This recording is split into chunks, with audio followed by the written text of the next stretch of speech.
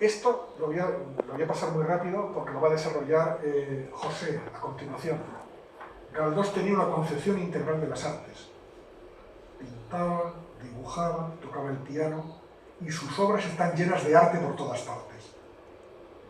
Esto lo desarrolla a continuación José y por eso no es una de las aportaciones del libro que he hecho con su ayuda, porque esto se decía en anteriores biografías de Galdós en 4 renglones. Le dedicamos un capítulo bastante preciso.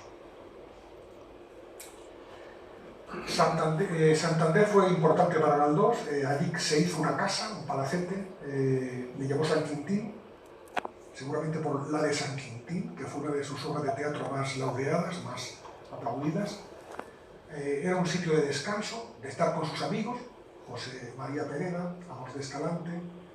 En esta casa, todos los que pasaban por Santander, de la cultura, de la política, se reunían con él allí. Allí se hicieron muchas reuniones de la Conjunción Republicano-Socialista, que ahora veremos de ello, lugar de descanso y de escritura. Para él fue un palo cuando Arañón le dijo que no podía volver a Santander porque tenía problemas de movilidad a partir de 1918. Alma Española fue una revista que se crea a consecuencia de la crisis del 98. El primer número es en la portada, publicado el 8 de noviembre de 1903. Aquí publica un artículo Galdós, Soñemos, Alma, Soñemos. Alma por el título, ¿no? Este artículo y el prólogo que le hizo a la tercera edición de la Regenta de Clarín es el mejor alegato regeneracionista de Galdós. Defiende un cambio profundo de España, una transformación social, cultural, sin derrotismo. Dirá que los más jóvenes, Azorín, Pío Baroja, Unamuno, son derrotistas, están lamentándose de los males de España. Y lo que hay que hacer, también lo dirá Joaquín Costa, es comprometerse para buscar soluciones que resuelvan los problemas. Por eso, soñemos, pero transformemos la realidad. Sería un poco lo que nos dice aquí. Es un poco el concepto regeneracionista de Galdós, que siempre fue regeneracionista, porque si veis Doña Perfecta, publicada en los años 70, 2 décadas antes, hay una denuncia del caciquismo frontal y del clericalismo, pero digamos que se acentúa esto en esta época. Galdós publicó muchos artículos defendiendo la conciliación de la vida urbana y la vida rural. Pensaba que una vida más armónica pasaba por eso, por el respeto a la naturaleza. Sin duda tenía ideas ecologistas. También era un gran defensor de los animales, de los derechos de los animales. Él publicó artículos en varias revistas, ahí cito Rura, me parece, publicó varios artículos defendiendo la modernización de la agricultura. Eso tiene actualidad, ¿no? Con los campesinos de en 1907, un año antes que esto es la Semana Trágica de Barcelona, un grupo de manifestantes tumban un tranvía. En 1907 Galdós da un paso al frente y acepta presentarse en las listas del partido la Unión Republicana por Madrid. Manda un artículo al director de Liberal, Vicenti, explicando sus razones. Lo explica como él tiene ya 64 años, era el mejor escritor.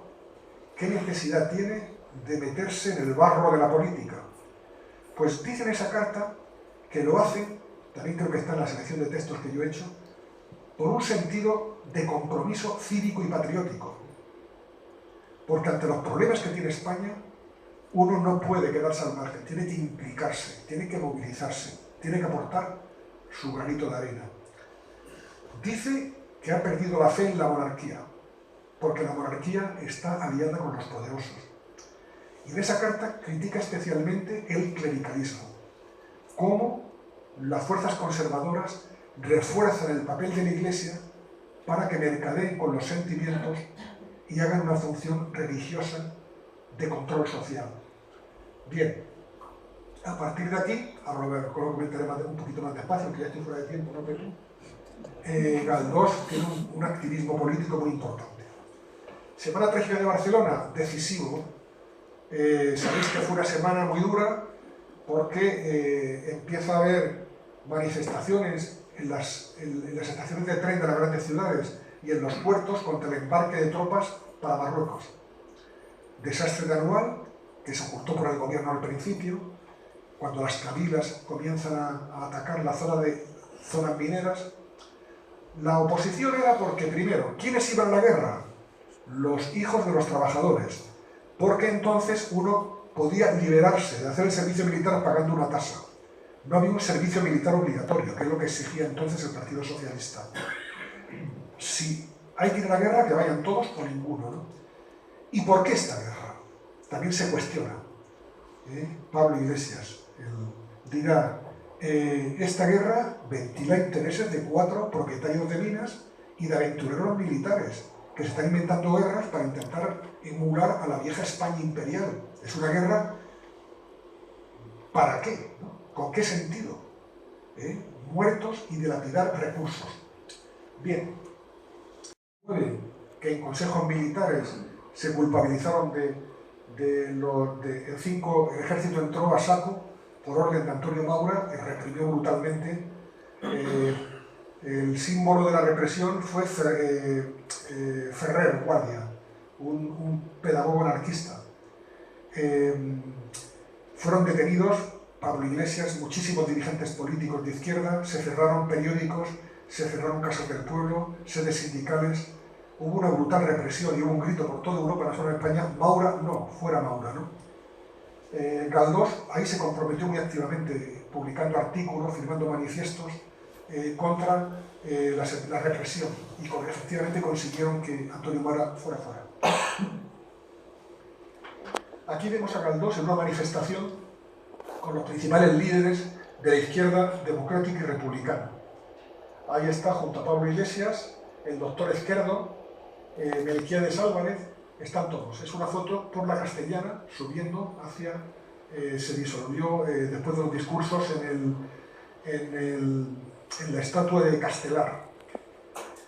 Entre 1907, cuando se encabeza la lista del Partido Republicano, y 1912, que da un paso atrás en la política. En esos 5 años, Galdós fue por toda España con un discurso básicamente diciendo, acompañado por todos los dirigentes de la izquierda, en esos discursos decía: el régimen de la Restauración está agotado, las Cortes no son representativas, están distorsionados por los procesos de oligarquización y caciquismo que había anunciado Costa, el clericalismo es inaceptable, es un freno a la modernización de España, la corrupción envenena la vida pública, hay que defender los derechos de las mujeres, que son las grandes excluidas, en vez de gastar el dinero en la guerra de Marruecos, que rechazará, gastemos los recursos en la escuela.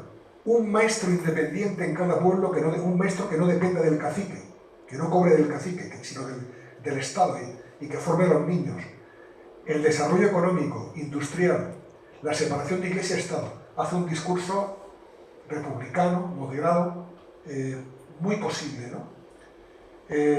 Bueno, ese discurso le ganó el afecto de muchísimos españoles que valoraron el que a su edad, y siendo lo que era, se metiese en el barro de la política. Por ejemplo, el joven García Lorca, que de niño le escuchó en Granada, destacó, dice que era el joven Galdós, el Galdós, con sus cuartillas, él no era un buen orador, cómo contrastaba con los políticos profesionales ensortijados, muy bien vestidos, sombreros de copa, ¿no? Dice, cuando era Galdós el más profundo y verdadero representante de España. Fueron quienes, en 1912, en esa época, boicotearon de una forma escandalosa su premio Nobel de la literatura, que lo tenía en la mano. Su candidatura fue apoyada por 500 escritores, artistas, con gente del peso de Santiago Ramón y Cajal, Jacinto Benavente, Echegaray, Romanones, pero los jesuitas, especialmente, y los sectores más conservadores, hicieron una campaña agresiva de bombardear telegramas, miles de telegramas y cartas a la Academia Sueca de Buenas Letras diciendo que no dieran el premio Galdós. Y ante esa imagen de disenso, según Unamuno, demostrar nuestras vergüenzas, por ahí fuera, de nuestras intolerancias, por ahí fuera, se quedó sin el premio Nobel. fue una consecuencia de su compromiso cívico. Su estatua del Retiro, cuando se estaba haciendo, su homenaje, como dijo Pardo Bazán, merecido, era el mejor escritor. Ahí estaba casi ciego, cuando vio cómo terminaba, cuando se inauguró, con frialdad de la España oficial, pero se inauguró, subió hasta arriba, tocó su cara y dijo: muy bien, macho, muy bien, Vittorio Macho, muy bien, macho, se parece mucho a mí, me dijo palpando la cara. Sin duda fue el último momento feliz que tuvo en su vida, porque moriría el año siguiente. El entierro de Galdós, en 1920, yo creo que en el siglo XX solo ha sido 3 entierros de personas físicas, de personas públicas relevantes, fue el de Galdós, más de 30.000 personas por las calles de Madrid, el de Pablo Iglesias y el de Enrique Tierno. La España oficial le reconoció, el gobierno sacó un decreto manóntropo, como dijo en un artículo en El Sol José Ortega y Gasset. Se vio arrastrado por toda esta gente. Dice: quienes reconocieron a Galdós fue los hijos de Fortunata, de Amaranta, de Isidora, los madrileños, que le consideraban uno de los nuestros. Más de 30.000 personas se echaron a la calle, acompañaron el resto de Galdós. En torno al carruaje que llevaba sus restos, iban con cintas los representantes de las academias, de la prensa, de la Unión General de Trabajadores, de las principales entidades del país. Fue enterrado en la Almudena y se puede decir que fue un reconocimiento póstumo. En mi libro reproduzco los testimonios no solamente de escritores como Azorín, que dijo un poquito después de su muerte: Galdós es como Cervantes por dentro, lo cual no por fuera, sino por dentro, en lo esencial, sino también de los principales periódicos, El Universal, El Sol, El Socialista. El Socialista destacará que fue un gran trabajador, un gran escritor, pero un gran trabajador que siempre procuró que España avanzara por una senda de progreso. Y nada, para terminar, decir que estamos en el centenario, que hay que apoyar iniciativas como la que hace aquí el colectivo Rousseau, animar al ayuntamiento que también promueva más cosas sobre Galdós. Tenemos que hacerlo porque no siempre Galdós ha sido reconocido en la cultura oficial y en el sistema de enseñanza. Es una oportunidad para reivindicarlo como escritor, para que ocupe el lugar que le corresponde y también para reconocer al escritor que luchó en el día a día desde sus libros y el comportamiento cívico y político por construir una España mejor. Algunos, como Cercas, en ese debate, que si quieren luego lo comentamos, dicen que la literatura tiene que ser neutral.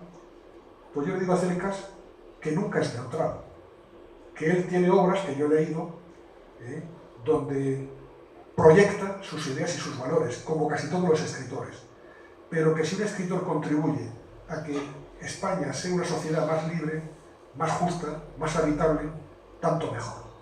Muchas gracias.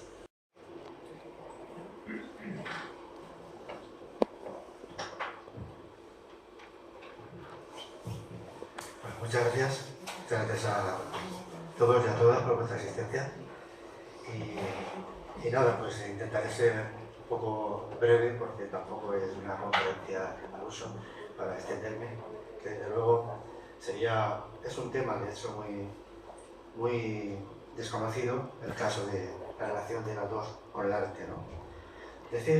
Antes de nada decir que como colaborador he tenido el privilegio de seguir el proceso creativo del libro de Paco, y desde luego lo vais a notar que es un libro que se lee con grandísima facilidad y que no es una biografía al uso, sino que es pues, una lección de historia sobre Galdós y sobre su tiempo, cosa que se echa de menos muchas veces cuando leemos una biografía de alguien, ¿no? Uno de sus capítulos, efectivamente, está dedicado a la relación de Galdós con las artes.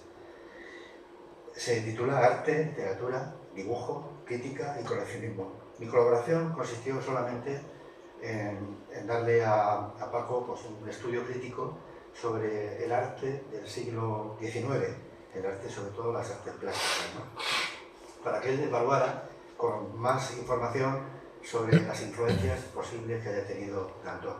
Mi valoración del arte, desde luego, coincide con lo que piensan que su producción artística fue especialmente monótona, sobre todo en España. Aquí tenemos una afirmación del filósofo Ortega y Gasset que lo dice claramente: el arte del siglo XIX ha sido uno de los más fáciles de todos los tiempos, y que tal vez porque en él se buscó el nivel humano más bajo, el piso inferior que todos tenemos en común. Un error de perspectiva nos ha hecho creer que siempre el buen arte fue tan obvio y trivial y asequible como el de la última centuria. También, más recientemente, el teórico e historiador del arte Valeriano Bozal afirma que durante gran parte del siglo XIX se practicó el academicismo más puero, es decir, vano, insustancial, insípido, vacío, trivial. Los dos denuncian una situación peculiar en el arte español, pero no critican en absoluto la profesionalidad y el buen hacer de los artistas, la mayoría excelentes pintores y escultores, pero, eso sí, controlados y dominados por una burguesía aristocrática y una academia tradicional y conservadora, resultado lógico de una España preñada de tradición y clericalismo, la misma que Galdós retrata en la ciudad literaria de Hinojosa, que tiene ese dibujo, la pintura en blanco y negro hecha por Aureliano Beruete bastantes años después de que él escribiera Doña Perfecta. O también mencionar la Picóbriga de la novela Gloria, o la que Leopoldo Alas Clarín describe en La Vetusta de la Regenta, o la que refleja Gabriel Miró en La Oreza de nuestro padre San Daniel y el obispo leproso, que es Orihuela. Ni la Constitución de 1812, ni la Revolución del 68, ni la proclamación de la Primera República, tampoco la Segunda República, pudieron con esa España negra, aquella que reflejó muchos años después Darío Rebollos y el poeta belga Verhaeren en su libro de viajes. Y que Rebollos, simbolista, tildado también de tenebrista por la crítica del arte español, la pintó así años después de hacer aquel viaje, como aquel Viernes Santo en Castilla, 1904, y la Catedral de Burgos al atardecer, 1906, que demuestran perfectamente cómo era la España de finales de siglo, prácticamente de todo el siglo, ¿no? Pues veis el progreso, en el caso del tren, que va por arriba del puente, y por debajo circula el tradicionalismo y el clericalismo. Aquí las dos mujeres que están en la plaza de Burgos, de Burgos, con la catedral al fondo, demostrando su poder, aquí vestidas de negro, enlutadas de arriba hasta abajo. Bueno, yo siempre me acuerdo de Goya, porque Goya fue realmente un artista excepcional y desde luego poco reconocido en el año 19. Aunque eso sí, todo el mundo hablaba muy bien de él, pero fue relegado a un segundo plano por su carácter ilustrado y crítico, por su modernidad. Solo algunos artistas siguieron la estela del maestro, que un día se atrevió a criticar los métodos de enseñanza de la Academia de Bellas Artes de San Fernando. Él pertenecía a la Academia de Bellas Artes, pero lo criticó porque la Academia no respetaba ni la individualidad y la libertad del alumno, decía, en un arte tan difícil. Sirve como ejemplo de academicismo español el uso de la línea del color en los retratos de Federico Madrazo. Aquí lo tenemos, pintor de la aristocracia, al gusto oficial romántico, burgués y académico. Él define casi todo el siglo XIX.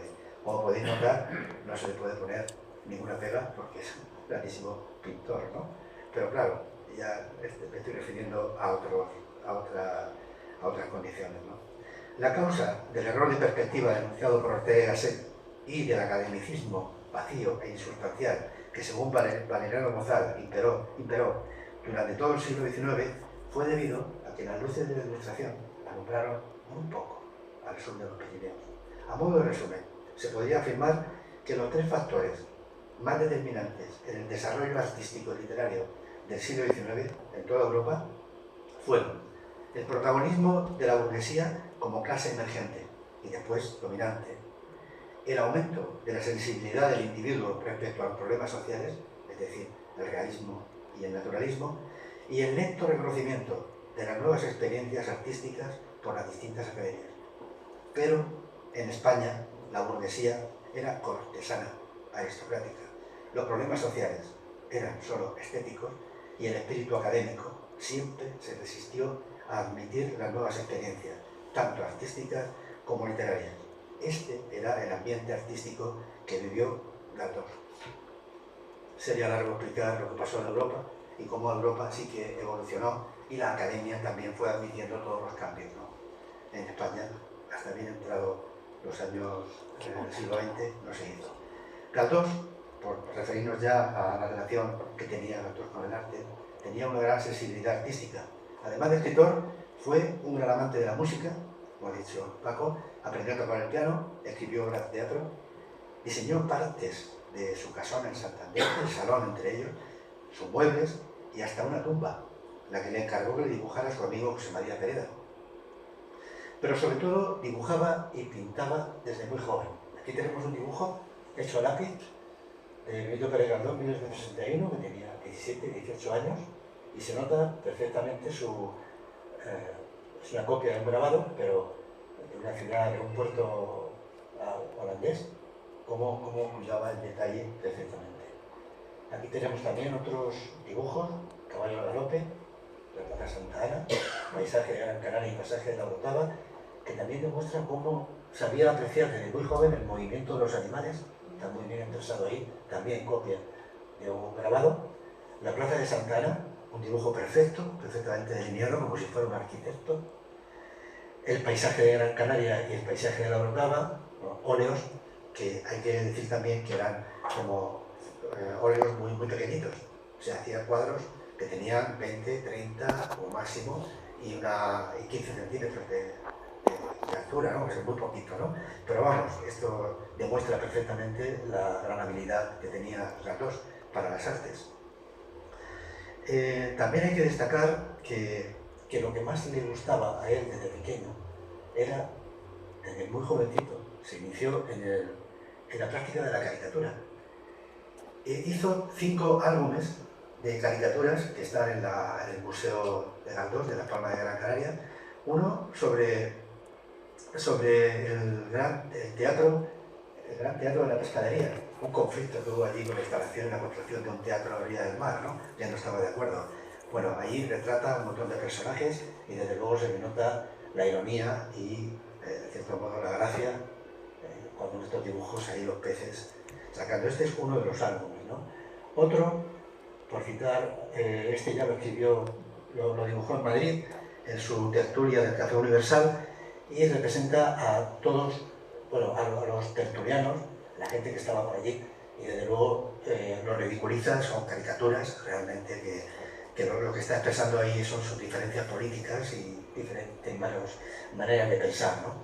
También hizo un álbum sobre el Atlas Zoológico de las Islas Canarias, y entonces pintó como si fueran animales a todos sus amigos que estaban en la misma tertulia, y era pues de eso, la caricatura, lo jocoserio, que en aquel tiempo se llevaba mucho en la prensa escrita, y que él era muy aficionado, como buen canario, irónico, hasta en la conversación cotidiana. Aquí tenemos una cosa curiosa, que es este pentagrama en clave de sol, que lo que se ve en música, realmente cada cara del personaje es una nota que se llama re, la, mi, dos. Era una crítica que hacía a sus amigos. Cuando en aquellos tiempos de la política, pues cada uno intentaba, eran muy progresistas, pero luego se escapaba todo el mundo y entonces decía que eran unos relamidos. Efectivamente, ahí está expresado, ¿no? También unos óleos que hizo en Santander, como digo, pues muy pequeños, algunos del tamaño de un móvil, ¿no? Que se nota perfectamente su idea de ser bastante concreto y detallista, ¿no? Aquí un poco, no se ve muy bien porque está un poco borroso. Este barco, que es una de las últimas obras que se han descubierto de él, y fijaos que detallista, ¿no? siendo un cuadro pequeño, porque creo que él decía que los cuadros al óleo pequeños se secaban antes que los grandes. Y por eso decía él que ahí los hacía mejor, ¿no?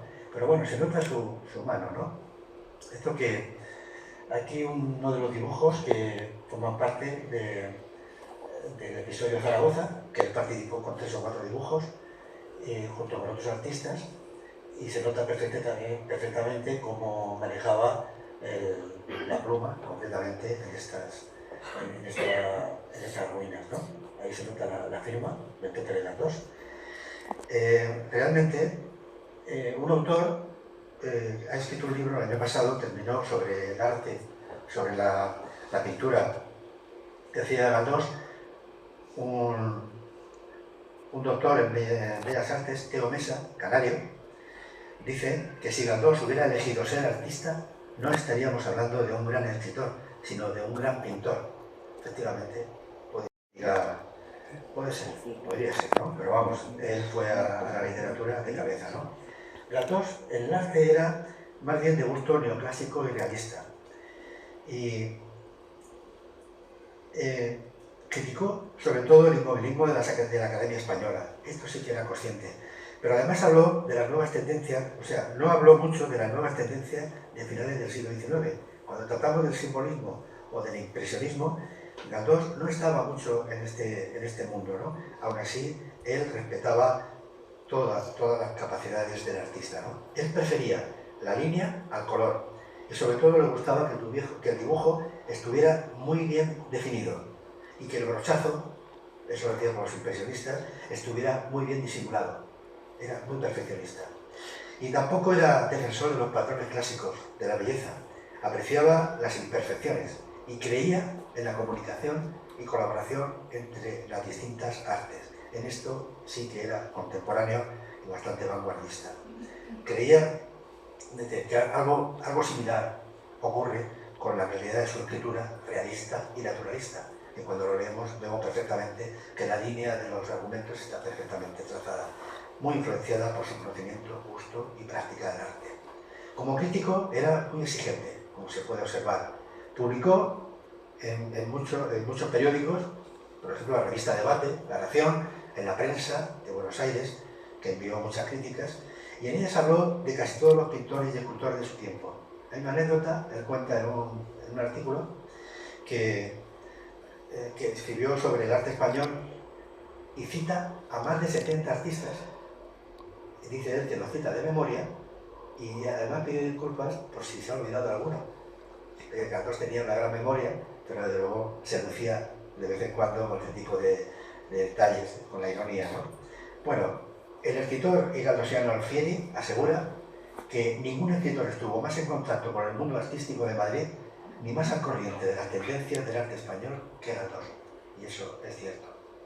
Y era también amigo de muchos artistas y también del ambiente en el que se desarrollaban. Galdós se fijaba en todos los detalles y miraba y remiraba las obras, sobre todo la composición y el dibujo, y pedía al artista que controlara su inspiración y la sometiera a la técnica. A Galdós le gustaba la pintura de género, porque reflejaba la vida contemporánea.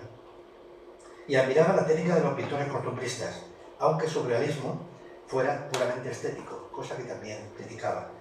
Criticó la pintura de historia, no por su técnica, como hemos dicho antes, sino por su carácter oficial, su teatralidad, y porque consideraba promocionada en exceso por la Academia. Comenta y alaba a Fortuny, porque Fortuny no cayó jamás en tentaciones pueriles, como la de pintar el Cid y a los reyes católicos. Esto lo decía textualmente. A los pintores de historia les decía que pintaran su tiempo, su época, los hechos que estaban en el tiempo que estaban viviendo.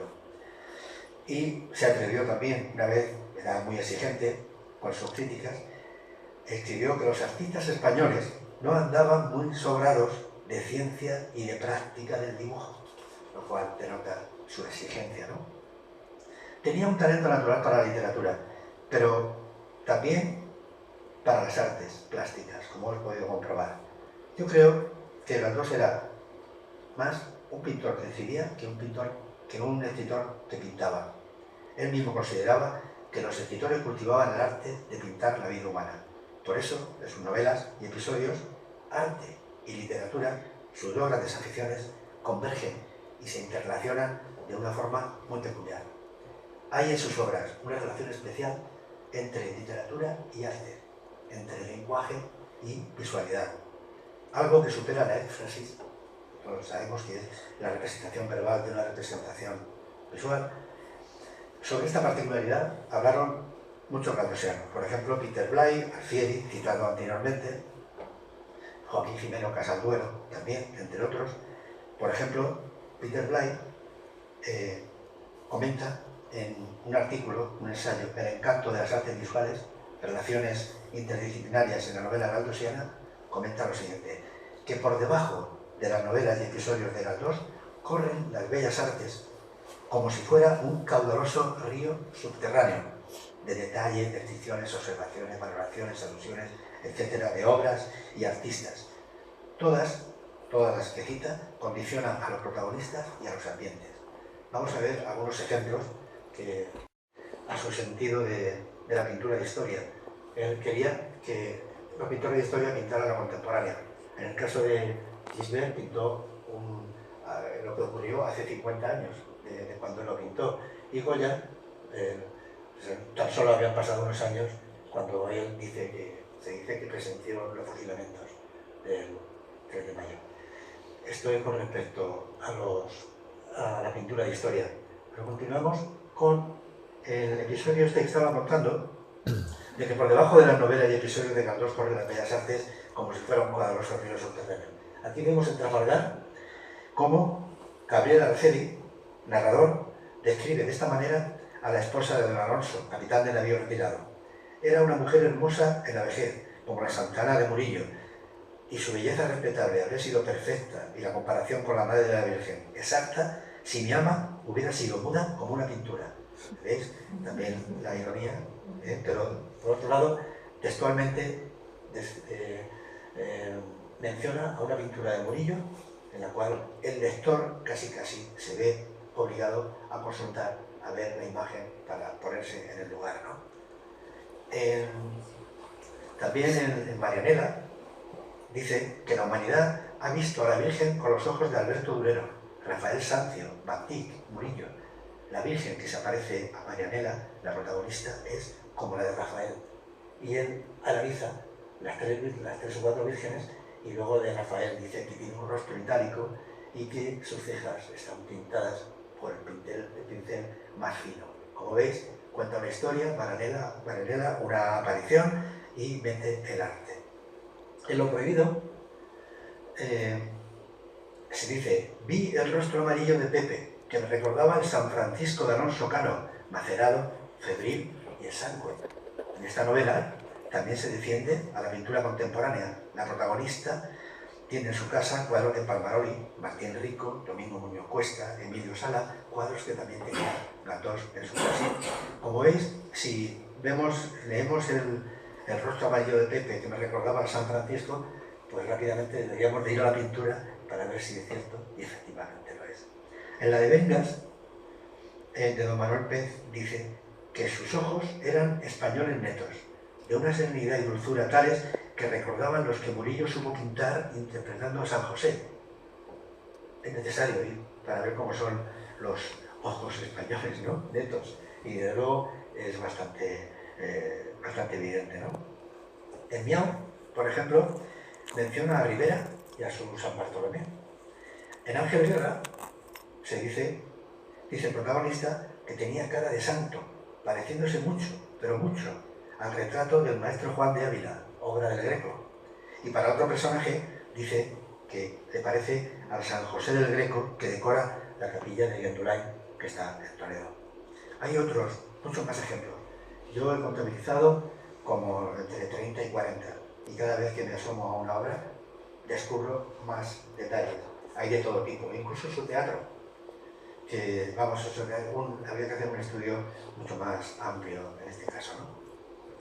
Hay mucho arte en las obras literarias de Galdós, afirma el escritor galdosiano Alfieri. De nuevo, Galdós, que escribía para todo el mundo, nos invita a ver obras de arte que cita y a conocer a los artistas, su época y estilo, pero en aquellos tiempos solo la alta burguesía o la clase media más ilustrada podía de alguna manera saber del artista citado, conocer la obra y con suerte rememorarla en el momento que la estaba leyendo o consultar la imagen citada en una enciclopedia ilustrada. Era complicado.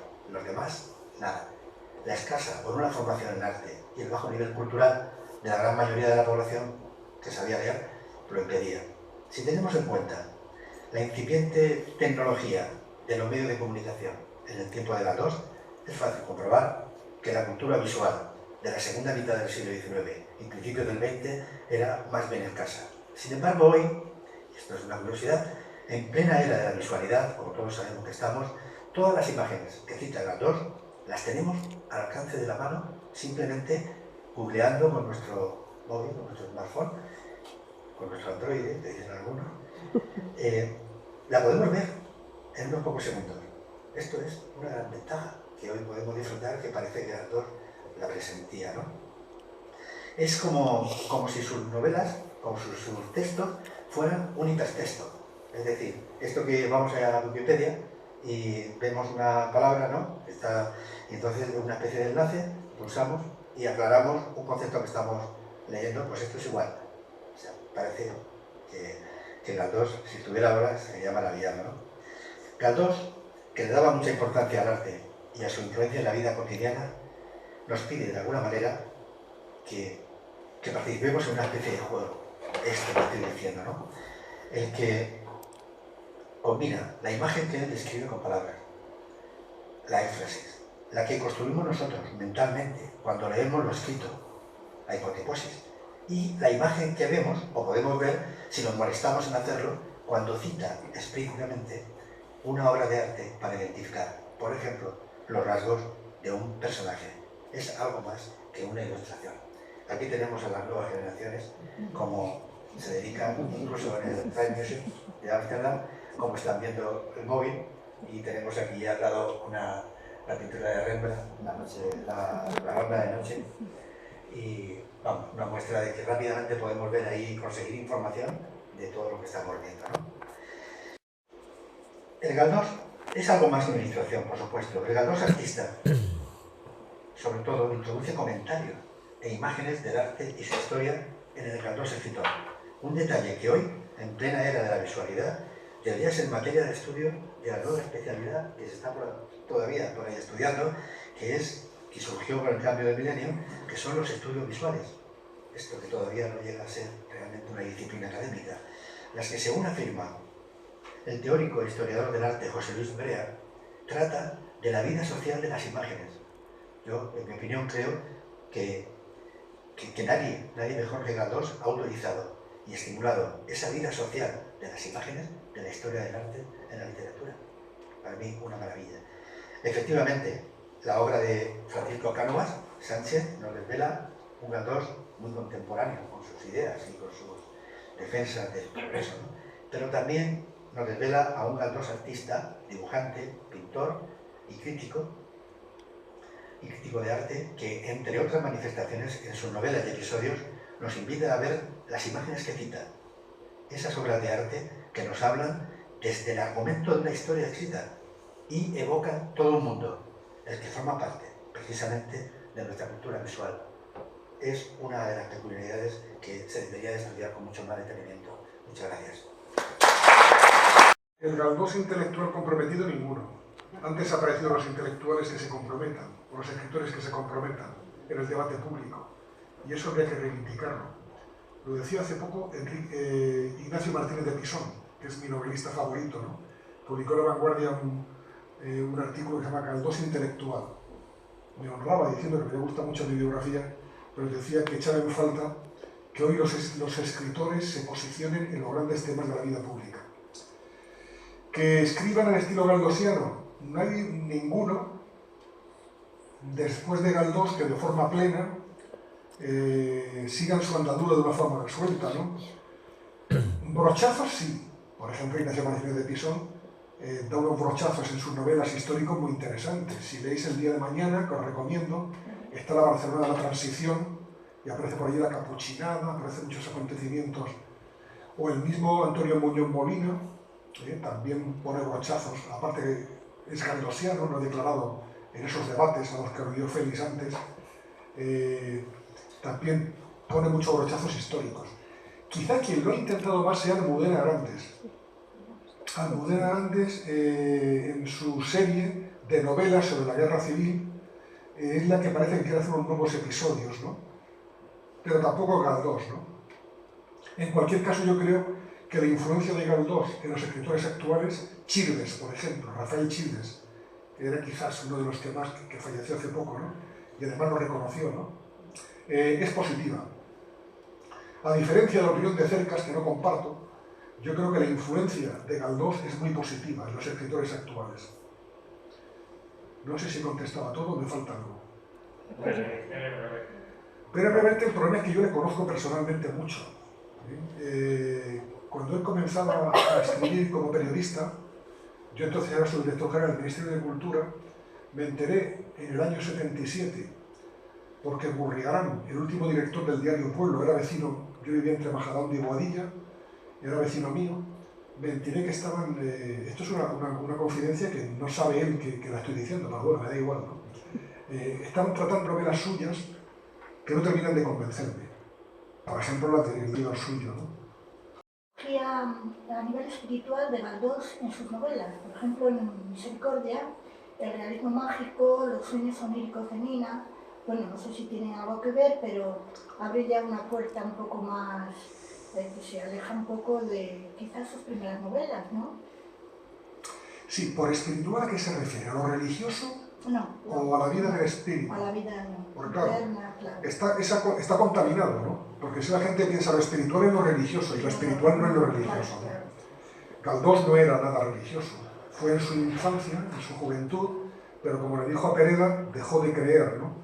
Fue muy crítico con la iglesia de su tiempo, porque pensaba que la mayoría de los religiosos estaban más pendientes de los asuntos mundanos, terrenales, que los asuntos espirituales. Pero, por ejemplo, hay personajes como Nazarín, que lo habéis visto aquí hace poco, ¿no? Bueno. Que era una mezcla de Quijote y de Jesucristo, ¿no? Que se echa los caminos de Dios supuestamente a predicar el auténtico evangelio. Aunque le encontrara por ahí un alcalde pegado con los pies en el suelo, pero hombre, que aquí lo que hace falta no es, aquí lo que hace falta son fábricas, lo que hace falta es empleo, es desarrollo no espiritual sino material, pero bueno, es un tratamiento respetuoso. O Benina, Benina, la pinta muy bien, ¿no? Galdós no es un matacuras, critica a los curas que son criticables y destaca a los curas que son evangélicos, ¿no?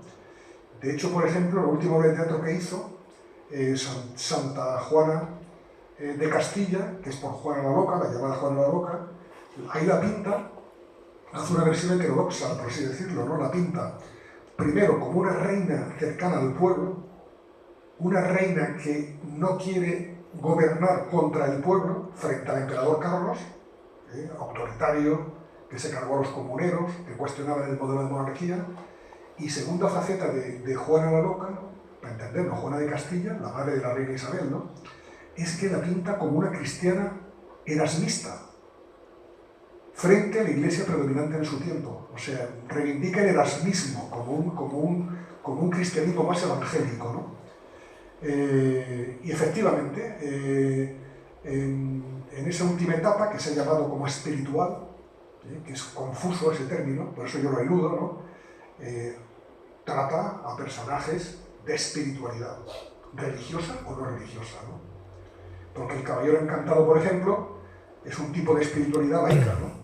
El Caballero Encantado, ¿os acordáis? Es un noble que por un extraño invento mágico, porque su mujer practica las ciencias ocultas, se transforma en un peón.